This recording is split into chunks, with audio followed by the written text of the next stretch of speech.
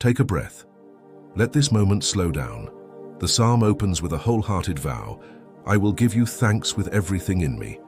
Not a polite nod of gratitude, total, undivided thanksgiving, offered in the presence of anything that might compete for that devotion.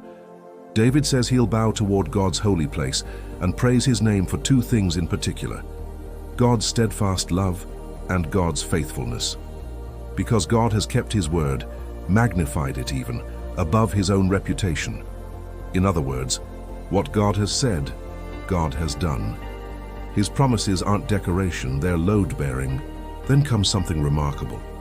David says, on the day I called, you answered me. Not you will answer, you did. Past tense, a finished transaction. And more than that, God didn't just respond. He gave David strength inside his own soul. Not just outward rescue, inward fortitude. Pause here. Think of a day you called out. Maybe not eloquently, maybe just a groan or a whispered help, and something shifted in you. Strength arrived that you didn't manufacture yourself. The psalm widens its scope. All the kings of the earth, David says, will praise you once they hear what you've said. Every ruler, every power that seems unshakable, will one day recognize how the Lord speaks and acts. And they'll sing about his ways, because even though he is exalted high above everything, he still bends down to notice what's lowly. The proud, though, he knows from a distance. Not because he can't reach them, but because pride creates its own separation. This is one of the great tensions of Scripture. God is high above all things, and yet he is near to the humble.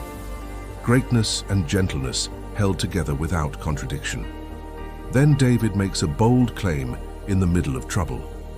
Though I walk in the midst of trouble, you preserve my life. Not despite walking through it, in the midst of it. God doesn't only meet us after the storm, he walks with us inside it. David goes further. You stretch out your hand against the anger of my enemies, and your right hand delivers me.